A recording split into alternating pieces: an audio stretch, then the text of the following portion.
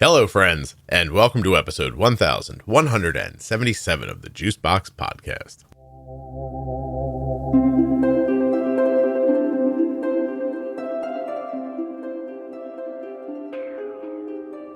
Today, Jenny and I will be answering listener questions in another episode of Ask Scott and Jenny.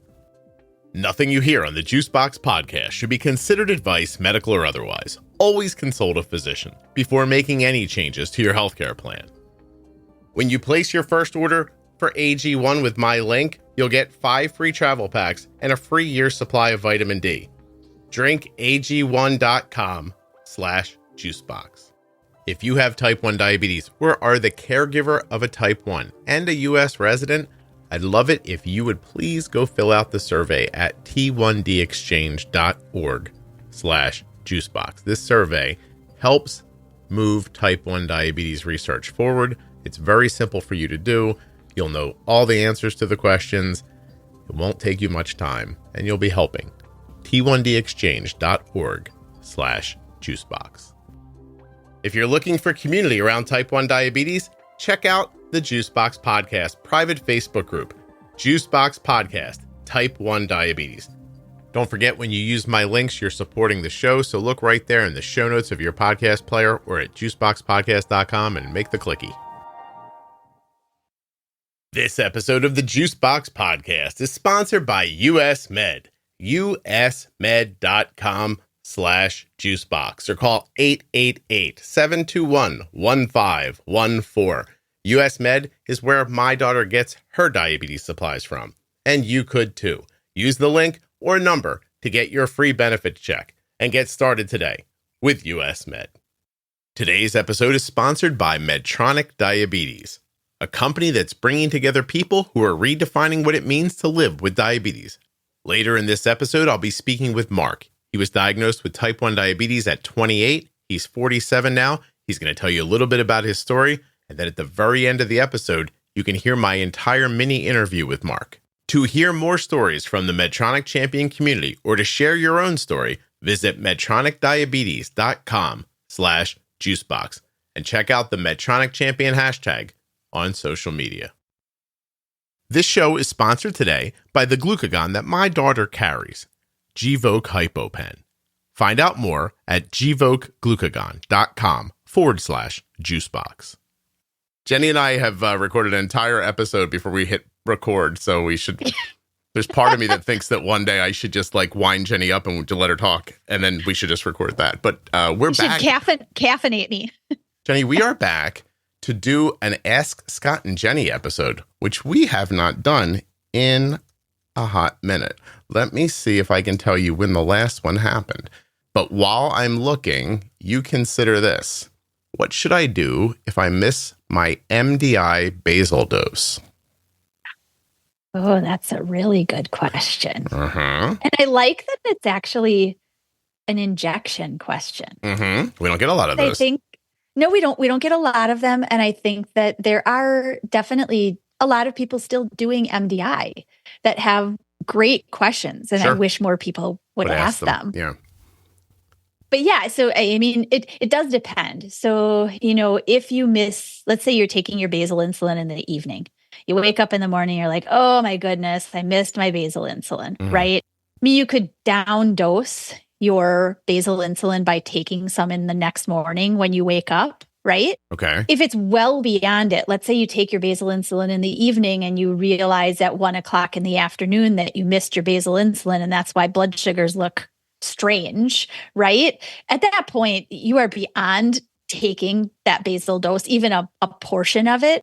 And what you may end up needing to do is just manage with more rapid acting insulin, right? Okay. You may need to correct. You may need to even increase a slight amount, the amount of insulin that you give for your carbohydrate or your mealtime coverage, because you're missing that baseline. So you could expect your rapid acting insulin doses to try to be making up for that missing background.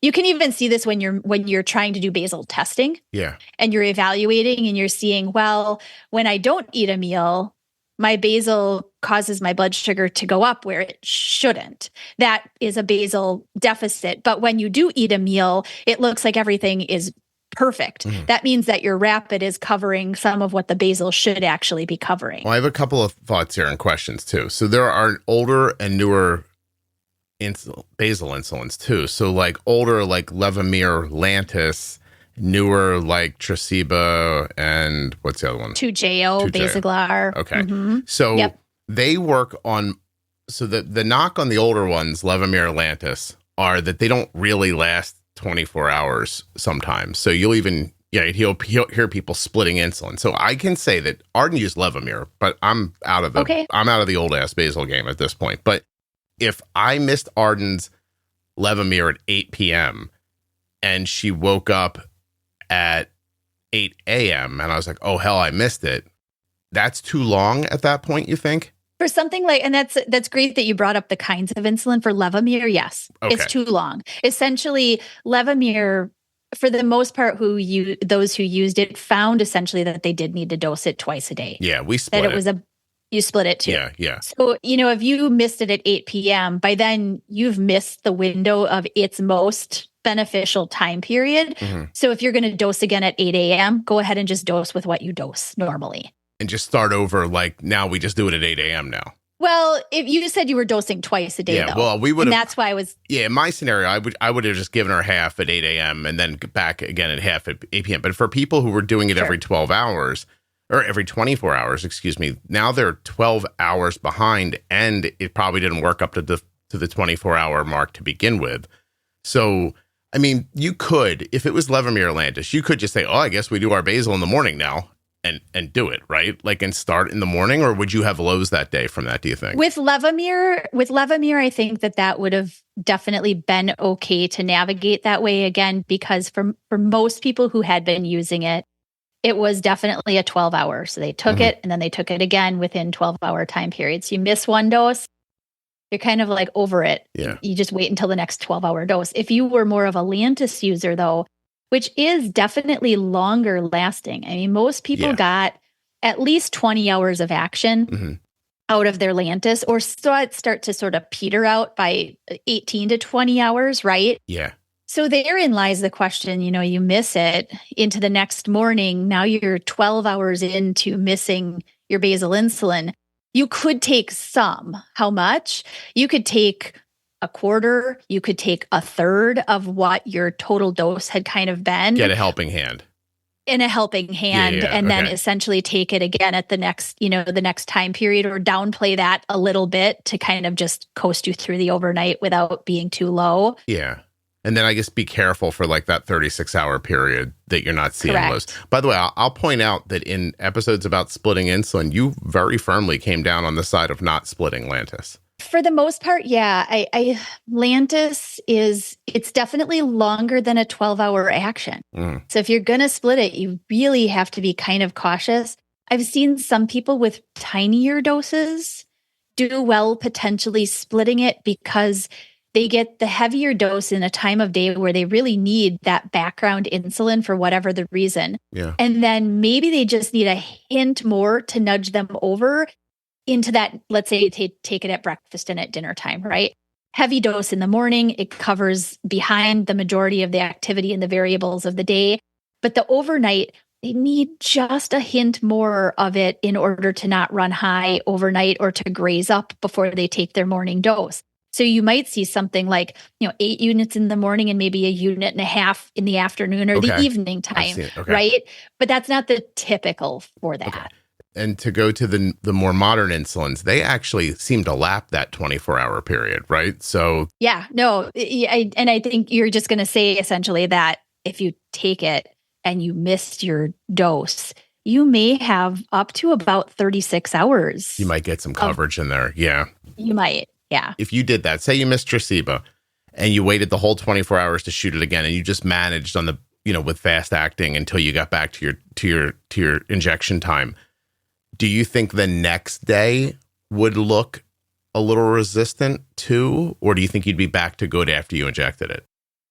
If you take insulin or sulfonylureas, you are at risk for your blood sugar going too low. You need a safety net when it matters most. Be ready with Gvoke HypoPen. My daughter carries Gvoke HypoPen everywhere she goes because it's a ready-to-use rescue pen for treating very low blood sugar in people with diabetes ages 2 and above that I trust. Low blood sugar emergencies can happen unexpectedly, and they demand quick action. Luckily, Gvoke HypoPen can be administered in 2 simple steps, even by yourself in certain situations.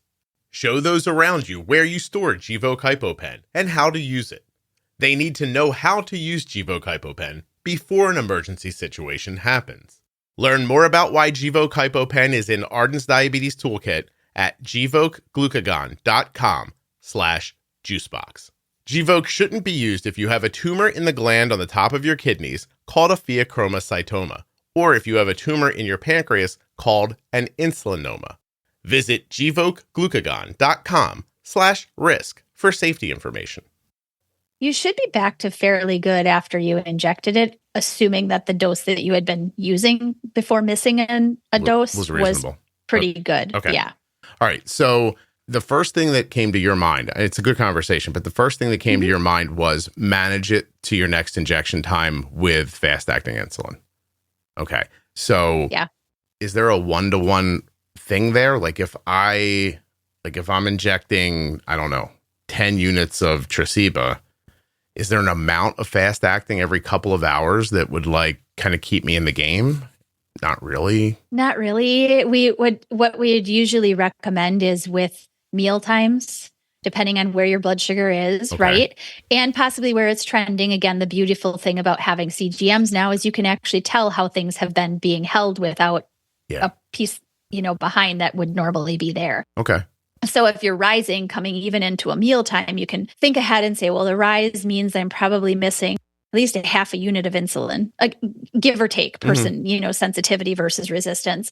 And I've not even eaten or bolus for my mealtime yet. I need to nudge this up minimally, and I'm going to be conservative about it because I'm not quite sure how much more I need behind this. Okay. Right. What's your time frame for, I forgot my 6 p.m., basal insulin injection, but it's only 7:30. Just throw it in then, right? Absolutely. Yeah, but how far away from that 6 before you can just go, oh, hell, and just do it?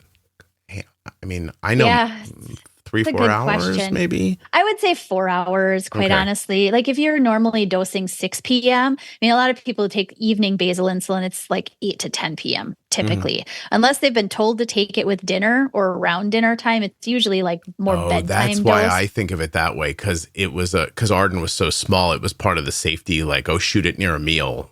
Plus, you're giving her needle then anyway, so it's not that's kind of how we used to think about it. Okay. But if you are normally dosing it at 6 p.m. and you remember at bedtime at 10:30, you're, oh, darn, I missed, go ahead and take it at that point. Right. Absolutely.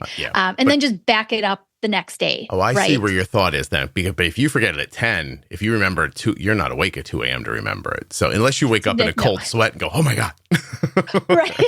Right. Yeah. Yeah. All right. That's okay. I appreciate that one. That was good. Yeah. Well, let's stick with this theme for a second inside of the theme a little bit. What should I do if I inject the wrong insulin? So I've seen this so many times. And you know what? It seems to be more of an error on the side of I was supposed to take basal insulin and I injected 30 units of rapid insulin instead of taking my 30 units of basal insulin. That's the one that I see 99% of the time. It never goes the other way. I was making a 2-unit correction and I used basal instead of my fast acting, right? It's always like you just said, this giant dose, even if you're a little kid. You know what I mean? 3 units of, is a giant dose. So in case this isn't clear to everybody, some of the most, I find, interesting and heartfelt posts I've seen on Facebook are somebody who jumps on and says, hey, I just shot 20 units of Novolog instead of 20 units of Lantus. And I'm MDI and it's in, and what do I do? And I always think, what a great opportunity to understand how insulin works. I never say that out loud. Right. Yeah, because they're usually running in circles like a chicken without their head. You're not just hey, just sit and watch what happens. I mean, that is not what you don't want sit around and wonder. So for my money, I do the math. I just say, I shot 20 units of insulin. My insulin to carb ratio is 1 per this. that's how much food I get to eat now. Maybe add some fat, some ice cream. What a great time for a milkshake too. That kind of stuff. Yeah, no, and it depends. If you have a fairly aggressive insulin to carb ratio, 20 units might not be a terrible amount, despite not necessarily wanting to add extra food. Yeah. 20 units might be something you can clearly take care of and navigate and manage that problem. Right. If you, however, usually take 1 or 2 units to cover a meal of 30 grams worth of carb, 20 units is a whopping dose of insulin. It's glucagon time then. And yes, that's glucagon time, or it may even be potentially that with enough sensitivity, you may end up actually just needing to go to the emergency department to be able to say, you know what, this is what I did. I definitely know that I'm going to need a glucose drip. I know that you're going to need to navigate this because I can't eat enough. And that I see often with kids where their tummy is so little, they can only take so much juice. Sure. Yeah. There's right? not. Yeah. And I wasn't making light of it. It's usually adults, but that I see are like, but I've actually managed one of these through personally. So a girl, I don't remember her name anymore, came on the Facebook group and said, I just did this. And she was in a panic. Yeah. And she's home by herself. She was in her early 20s. Right. And then the first comment that came to the Facebook group was call 911, which I think sent her spiraling. By the way, that's always like, you always get 1 or 2 people who are like, oh, I know you asked for what color is the sky, but I'm going to tell you to call 911 instead. And so she starts panicking. I can see her panicking. And I just said, give me your phone number. And I called her and I was like, hey, what's up? And she was upset. Worried. Yeah. I mean, she was panicked and with good reason. What I did was I said, all right, look, what's your insulin to carb ratio? It's interesting that she went, I don't know. Oh. So I was like, how many people don't know stuff like that? They're like, I just usually do about this much for dinner and like blah, blah, blah. So I said, okay, I picked something that I knew how many carbs are in it. I was like, how much would you have bolus for this? Yep. And that she really like firmly understood. And I said, okay, so we're going to put your like insulin to carb ratio at like 1 unit for 15 carbs. And she's like, okay. And I said, well, how many units did you shoot? And then she told me, and then we did the math. And I said, all right, well, you get to eat 125 carbs right now. Like, and then I was like, but then she was like a healthy eater. So then that wasn't that easy. You know what I mean? I was like, get the Honey Nut Cheerios out right now. She's like, oh, we don't eat that crap. And I'm like, oh God, okay. And so like, I had her open the refrigerator and we just went through it. Like shelf by shelf, line by line. We opened cabinets. We found enough stuff. At one point I said, even if we don't find anything, don't worry. I was like, there's a 5-pound bag of sugar in the house somewhere. We'll start eating that. Don't worry. It's going to happen. We're going to be okay. I said, we'll mix sugar with water. There's all kinds of things we can, because they didn't keep a lot of juice in the house. Like she didn't have a lot of stuff and she got through it. She was okay. So in that instance, in terms of the portion that it might need to take somebody, again, with the stomach capacity to handle, sometimes small, heavily packed carb types of foods are often a little bit better. People think juice first, right? But I always also think, despite being kind of panicked at that point, you have to say, well, am I like pretty stable right now? Or where is my blood sugar? Am I sitting already at like 72? Right. And if you are, okay, we need to get something because this is rapid acting insulin and it is going to start working pretty quick, right? Whereas if you're sitting at 180, you've got a little bit of wiggle room there to navigate, and you may actually progress through rather than sitting down to the bowl of 125 grams of whatever it is going to be. Yeah, that's not as a clear thought to some people as you might think, because a lot of people see 180 and think, oh, I'm in range. Like, they don't think about it the way you and I think about it. I'd be like, oh, we've got 100 points to play with here. And also the thing you said about juice, you can get juice sick really easy, like that nauseous feeling in your stomach where I can't do this anymore. And a big bolus will burn through a fast acting carb very quickly too. Like if you put in, 10 units that aren't for anything, and like you said, you've only ever put in 2 units for your biggest meal in your whole life, drinking a juice isn't going to do crap. It's going to be like Jenny and I trying to stop like a NFL running back. We're going to be like, hey, don't. And that's going to be the end of it. Like, for 2 seconds. Dense foods, slowly digesting stuff. That's the kind of, like, think about those foods that when you eat, you always end up bolusing more for. Have a little of that at this point. Yeah. Oh my gosh.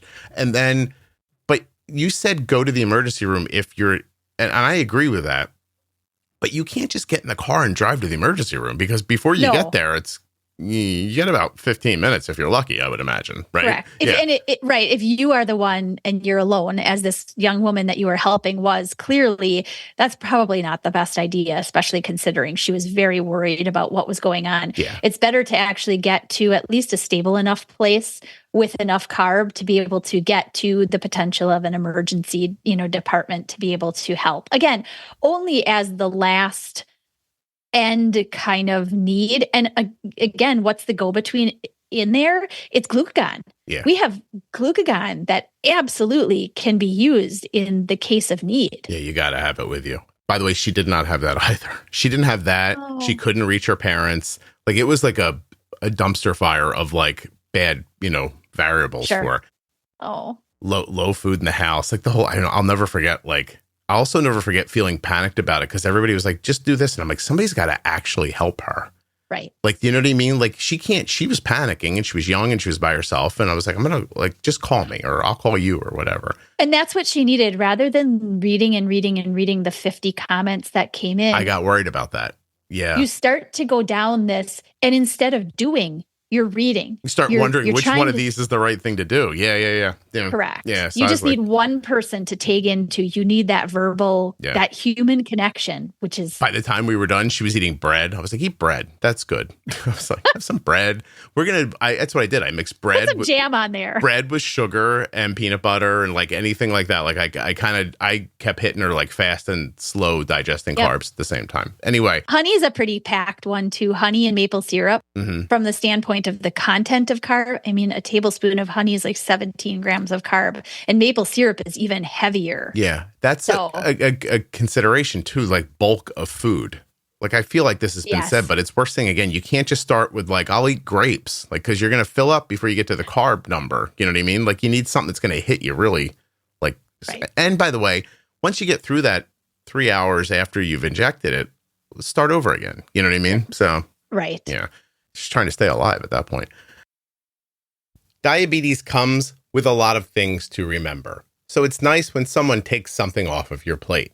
US Med has done that for us. When it's time for Arden supplies to be refreshed, we get an email. Rolls up and in your inbox says, "Hi Arden, this is your friendly reorder email from US Med." You open up the email, it's a big button that says, "Click here to reorder," and you're done. Finally, somebody taking away a responsibility instead of adding one. US Med has done that for us. An email arrives, we click on a link, and the next thing you know, your products are at the front door. That simple. usmed.com/juicebox or call 888-721-1514. I never have to wonder if Arden has enough supplies. I click on one link, I open up a box, I put the stuff in the drawer, and we're done. US Med carries everything from insulin pumps and diabetes testing supplies to the latest CGMs like the Libre 3 and the Dexcom G7. They accept Medicare nationwide, over 800 private insurers, and all you have to do to get started is call 888-721-1514 or go to my link, usmed.com/juicebox. Using that number or my link helps to support the production of the Juicebox Podcast. Right now, we're going to hear from a member of the Medtronic Champion community. This episode of the Juicebox Podcast is sponsored by Medtronic Diabetes. And this is Mark. I used injections for about 6 months, and then my endocrinologist in the Navy recommended a pump. How long had you been in the Navy? 8 years up to that point. I've interviewed a number of people who have been diagnosed during service, and most of the time they're discharged. What happened to you? I was medically discharged. 6 months after my diagnosis. Was it your goal to stay in the Navy for your whole life, your career? It was. Yeah. In fact, I think a few months before my diagnosis, my wife and I had that discussion about, staying in for the long term. And, we'd made the decision despite all the hardships and time away from home. That was what we loved the most. Was the Navy a lifetime goal of yours? Lifetime goal. I mean, as my earliest childhood memories were flying, being a fighter pilot. How did your diagnosis impact your lifelong dream? It was devastating. Everything I had done in life, everything I'd worked up to that point was just taken away in an instant. I was not prepared for that at all. What does your support system look like?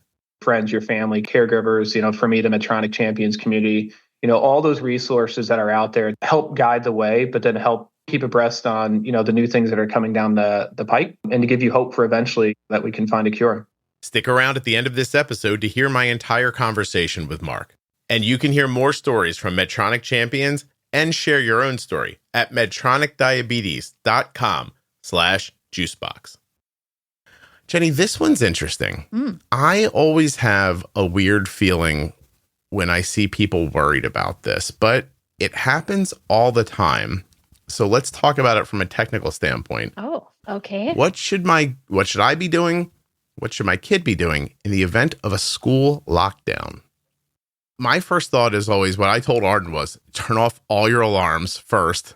I was like, because you're going to get upset. Your blood sugar is going to shoot up, and we don't need a beacon going off over your head if there is actually a person wandering around your school with a gun.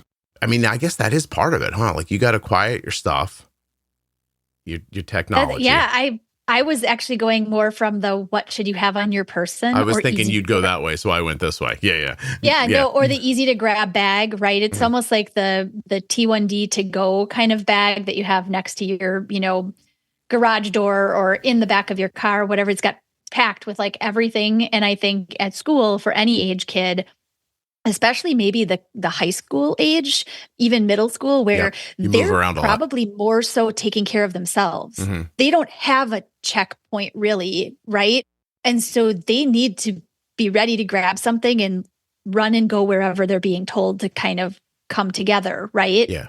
But the alarms, that's a great one. I mean, so what we did for Arden was, like you said, in younger ages, they don't leave a room usually. They stay in a room. They do everything in a room. But once she started moving around room to room, we stocked every room with a few juice boxes and some snacks, fast acting, sugar, and something a little more substantial. Something that was, is all like wrapped in a package. It wasn't going to go bad the whole year, like that kind of thing. Right. We also started to notice there were times of day she was low and times of day she wasn't. So we would more heavily stock some classrooms than other classrooms. But that's my first thought is, this isn't something you do in the event of. This is something you do ahead of time, my opinion. Yeah. So right. I would have each classroom have some stuff in it. Now, the insulin part, I hear what people are saying because I've watched them have these conversations online. What if this goes 12 hours? What if this goes 2 days? Like, that kind of thing. I mean, I don't know how you're supposed to plan for that. You can't have insulin in every room. You know what I mean? Like, no. I am a big fan of the kids carrying their stuff on them. Correct. Your controller for your pumps, glucagon should be with you, not in the nurse's office. I mean, it should be in the nurse's office too, but with you. I think you also start going into like survival mode. Yes. Maybe, dial back your basal a little bit. If you're on a pump, like keep out of a low situation, right. Nothing wrong with 150 blood sugar for 12 hours while you're sitting on the floor, if that's what's going to happen. Correct. Do you have any other thoughts about that? No, I mean, it is. It's a really, really good question. Honestly, I don't have any other thoughts, I guess, outside of maybe in terms of what you're talking about and how you had stocked your daughter's sort of schoolrooms accordingly. Yeah. I wonder if also discussing with your school, where is the place that in an emergency you would bring the kids, right? Or where does her grade go compared to the other grades? If they evacuate the kids. If they evacuated them to a safe location or something like that, you need to know where to stock extra beyond the classrooms that she would normally be in, she or he would normally be in. Yeah, this is not diabetes related, but I'm interested have you spoken to your boys about this? Have you ever talked to them about something like this? They're pretty young, but. They're pretty young, but they have their schools have done age-appropriate education about what it would mean if there was somebody in the school that wasn't supposed to be there. That's kind of how it's addressed, to be less scary, right? And they've done drills. I mean, that's the schools, at least the ones that my boys have gone to, they've done drills, almost like a tornado drill or, something like that to say, this is where we go, this is what we do. All of those kinds of things are typically practiced, unfortunately, these days. I mean, the most that I had when I was little was like a tornado and a fire drill. Yeah. Stop, drop, and roll and sit under your desk so that they'll find your body under the desk. And so I'll tell you what I've told my kids. Now, they've both been through high school already. And I will say the caveat is they mostly were in a school with one level. Okay. But the high school did have 2 levels. I very clearly told them, run to a window, jump out the window, zigzag to the tree line, find your way home. That's pretty much what I told them. I was like, do not sit around waiting for Mrs. What's-her-name over here to save you. Like, she don't know what to do. Okay? She barely understands English. And she's teaching it. Get out of the room. I said, I swear to God, if you're on the first floor, up on the countertop, window open, out the window, zig, zig, zig, into the trees, get the hell out of there. Like, that's probably not the right thing to do, but I swear to God, that's what I told both of them. And I wasn't kidding. Like, one time they looked at me like, really? I'm like, yes, run away. I'm just like, run. The hell? You don't have to be faster than everybody, just the bear. Or what is that joke? By the way, this is not a joking matter. But Jenny, seriously, like, that's what I told him. I was like, get the hell out of the building and run. So if you can, I mean, in certain circumstances where you're not quite sure where the trouble is coming from, is it still outside the school? Is it in the school already? Can you hear noises? It's just a completely unknown. It's a horror. Right. So I don't even know if all schools have windows that open. Well, listen, if it doesn't, throw a desk out the window, then follow along after. I'm like, get the hell out of you.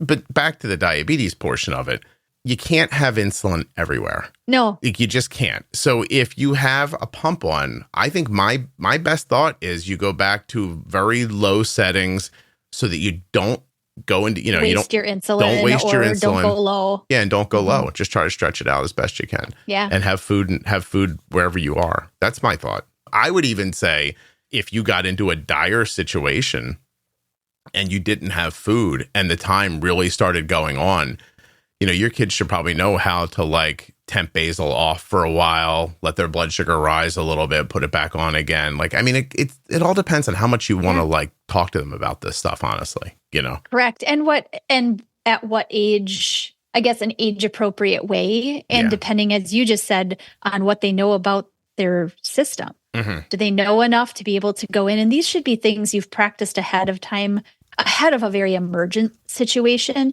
You should have practiced how to suspend a pump or how to set a temporary rate or how to take the algorithm off and go back to manual mode so that you can actually do some of these manual kinds of considerations. And some of them, you might have an 8-year-old who's really awesome and can do all of these things understandably, and you might not. I also want to say, I just did a quick Googling. This is a number from November of 2023.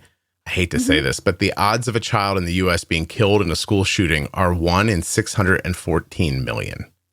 So, I mean, it's sad for the people it happens to, of course, and obviously. But, I mean, I think if you're planning on this one, you've run out of things to plan for, is kind of my opinion. But anyway, let's find something more upbeat. Jenny. I just realized we're talking about diabetes when I said that. And I look down, I see the word gastroparesis, I see LDL, and I'm like, what upbeat things are going to be here? No upbeat. There's no upbeat. I'm sorry. So I'm going to pick the one upbeat thing. Okay. Of the latest advancements in diabetes cures, which is in quotes, which one, Jenny, do you find the most intriguing? I think the most intriguing for me are the insulins that are the smart insulin type. That's very intriguing to me. Years ago, I attended a technologies and a scientific advancement sort of presentation in which a gentleman presented on something that he was calling smart insulin. And it worked almost like a thermostat. It was injected once a day. It covered basal and bolus insulin needs, and it turned on and off based on the glucose level in circulation. So it was something that in terms of, navigating, you don't necessarily need even a pump at that point, right? Mm-hmm.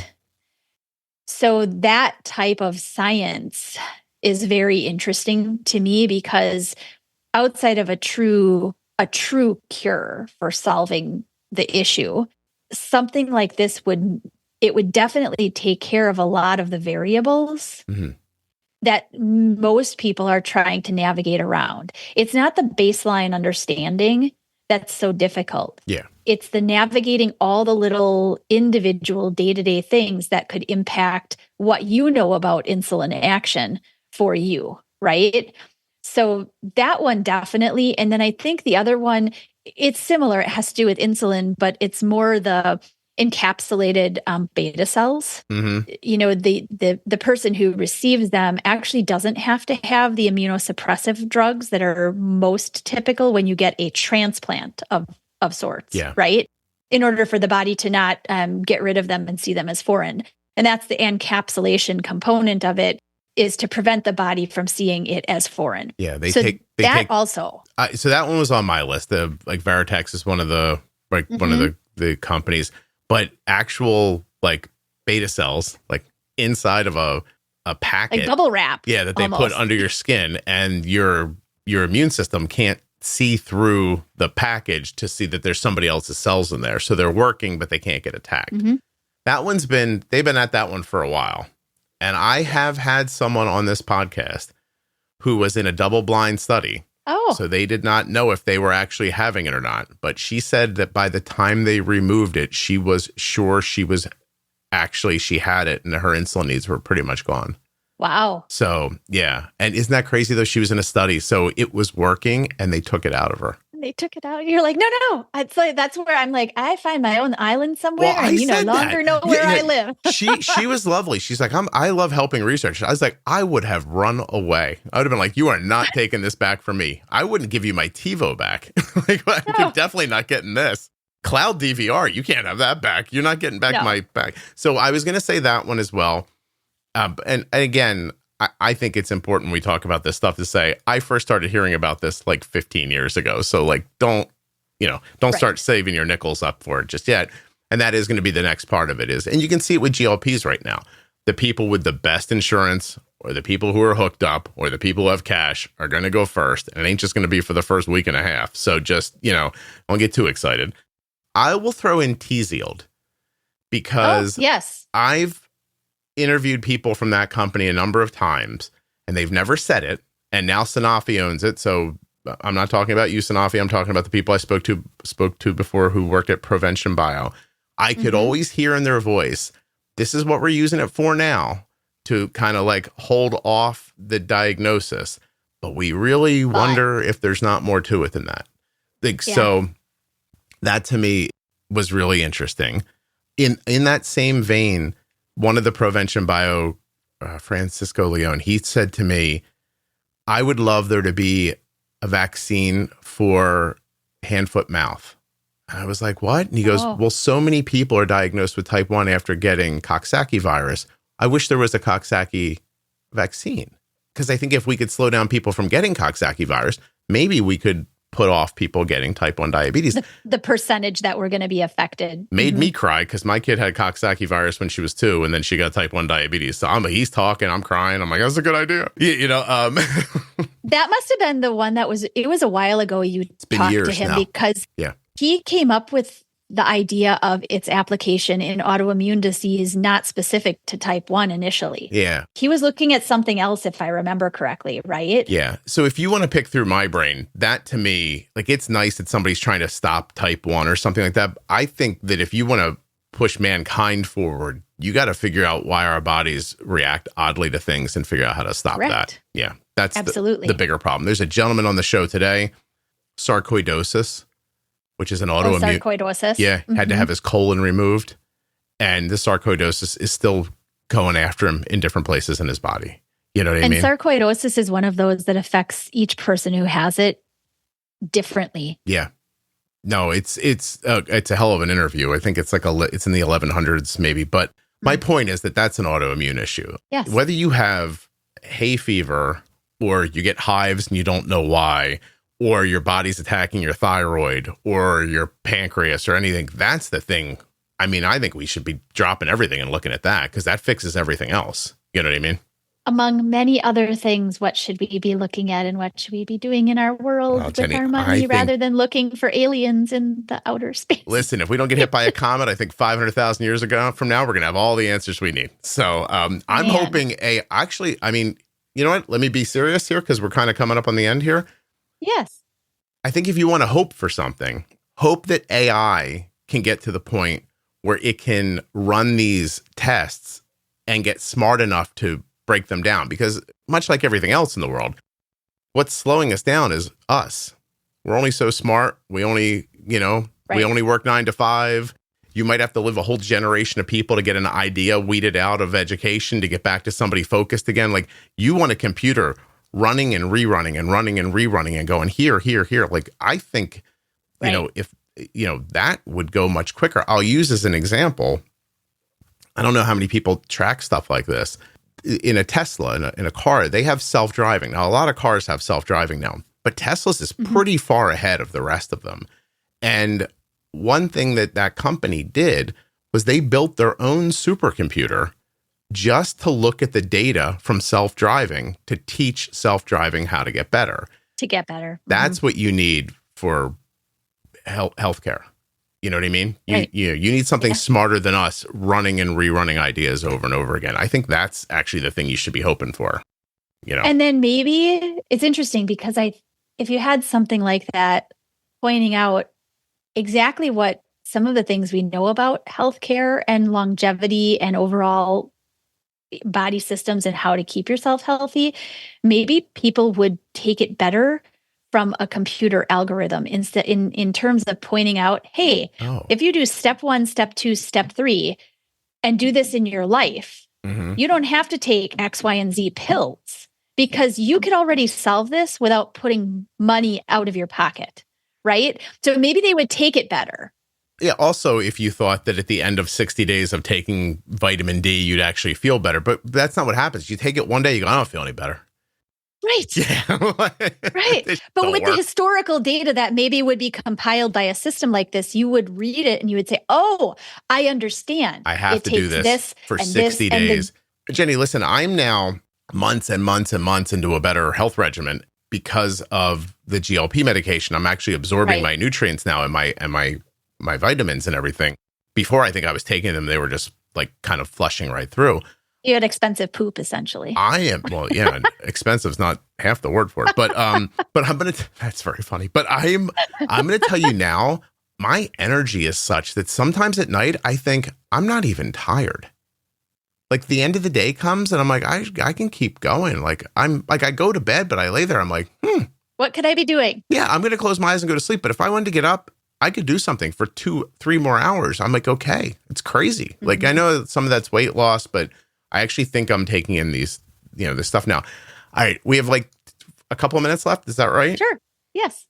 This might end up being what they call tickle your ass with a feather. I don't know if you know that phrase or not, because I think this is a bigger thing than we can tackle in a couple of minutes. But I am very interested in this conversation. Should people be on statins if their lipids are okay? Oh. We can't do it now, right? Maybe the next Ask Scott and Jenny. I liked your tickle with a feather concept. It's called tickle my ass with a feather, because then you think, oh, the next time this Ask Scott and Jenny comes on, they'll talk about lipids, and then I'll go back to it. Yeah, it's like it's my own Who Shot JR, which nobody understands. Never mind. Yes, I feel like I can be very honest in terms of what my perception from a medical, like, physiology standpoint is with that. I hold nothing to any company or whatever.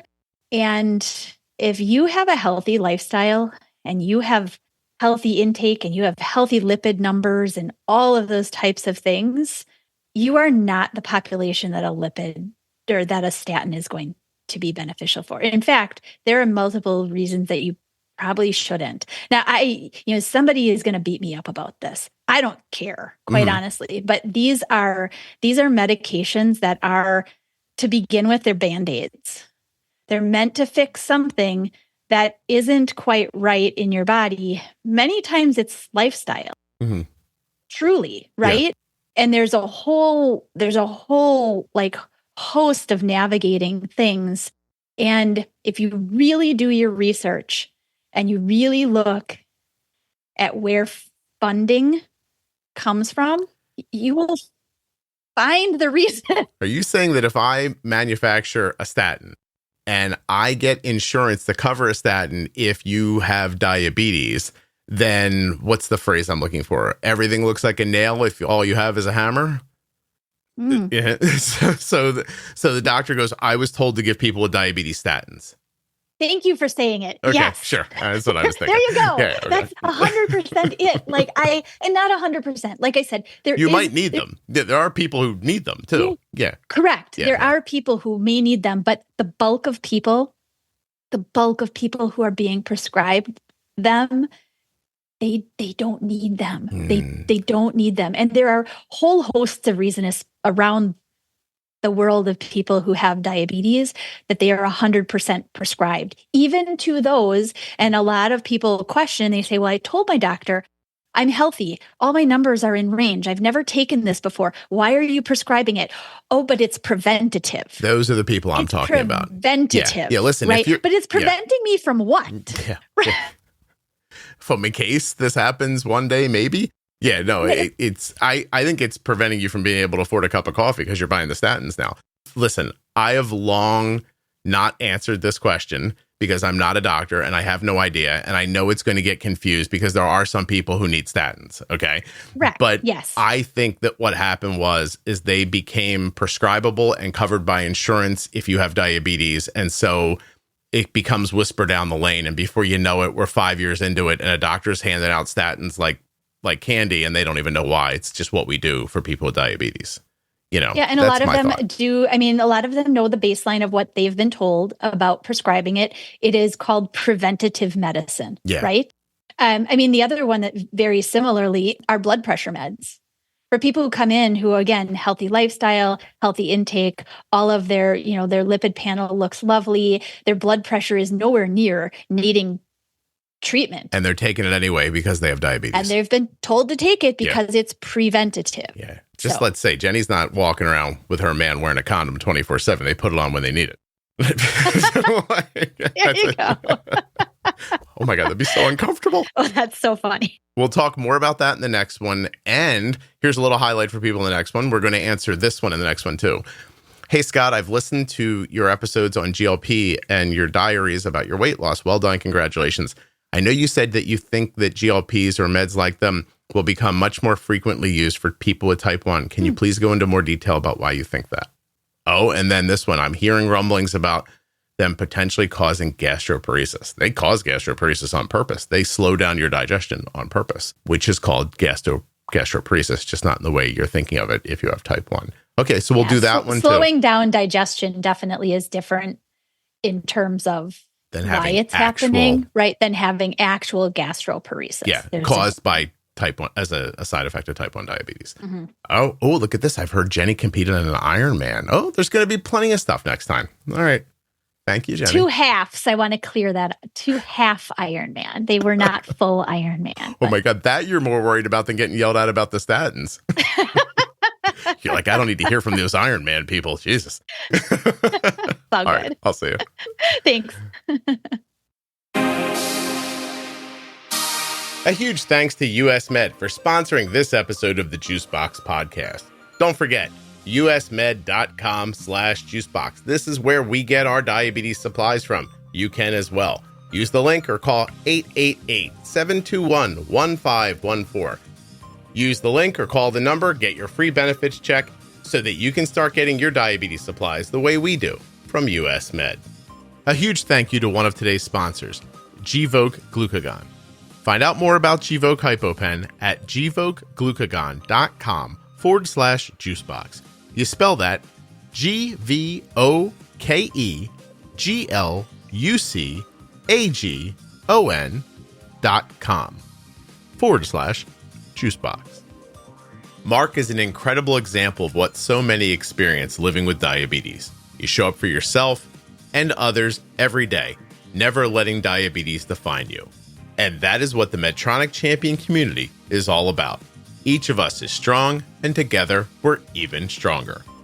To hear more stories from the Medtronic Champion community or to share your own story, visit medtronicdiabetes.com/juicebox. Don't forget, we still have Mark's conversation at the very end. It's a terrific kind of mini episode, about 10 minutes long, that goes deeper into some of the things that you heard Mark talking about earlier in the show.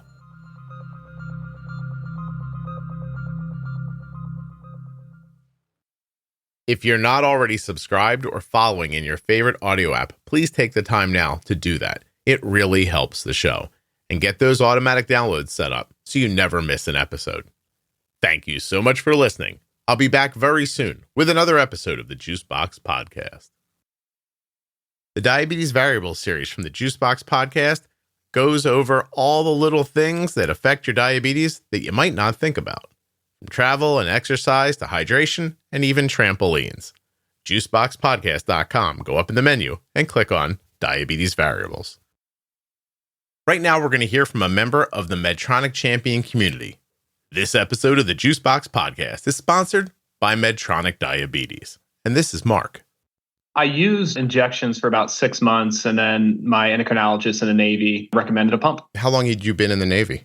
8 years up to that point. I've interviewed a number of people who have been diagnosed during service, and most of the time they're discharged. What happened to you? I was medically discharged. 6 months after my diagnosis. Was it your goal to stay in the Navy for your whole life, your career? It was. Yeah. In fact, I think a few months before my diagnosis, my wife and I had that discussion about, staying in for the long term. And, we'd made the decision despite all the hardships and time away from home. That was what we loved the most. Was the Navy a lifetime goal of yours? Lifetime goal. I mean, as my earliest childhood memories were flying, being a fighter pilot. How did your diagnosis impact your lifelong dream?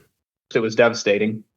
Everything I had done in life, everything I'd worked up to that point was just taken away in an instant. I was not prepared for that at all.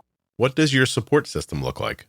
Friends, your family, caregivers, for me, the Medtronic Champions community, all those resources that are out there help guide the way, but then help keep abreast on, the new things that are coming down the pipe and to give you hope for eventually that we can find a cure. Stick around at the end of this episode to hear my entire conversation with Mark. And you can hear more stories from Medtronic Champions and share your own story at medtronicdiabetes.com/juicebox. The episode you just heard was professionally edited by Wrong Way Recording. wrongwayrecording.com.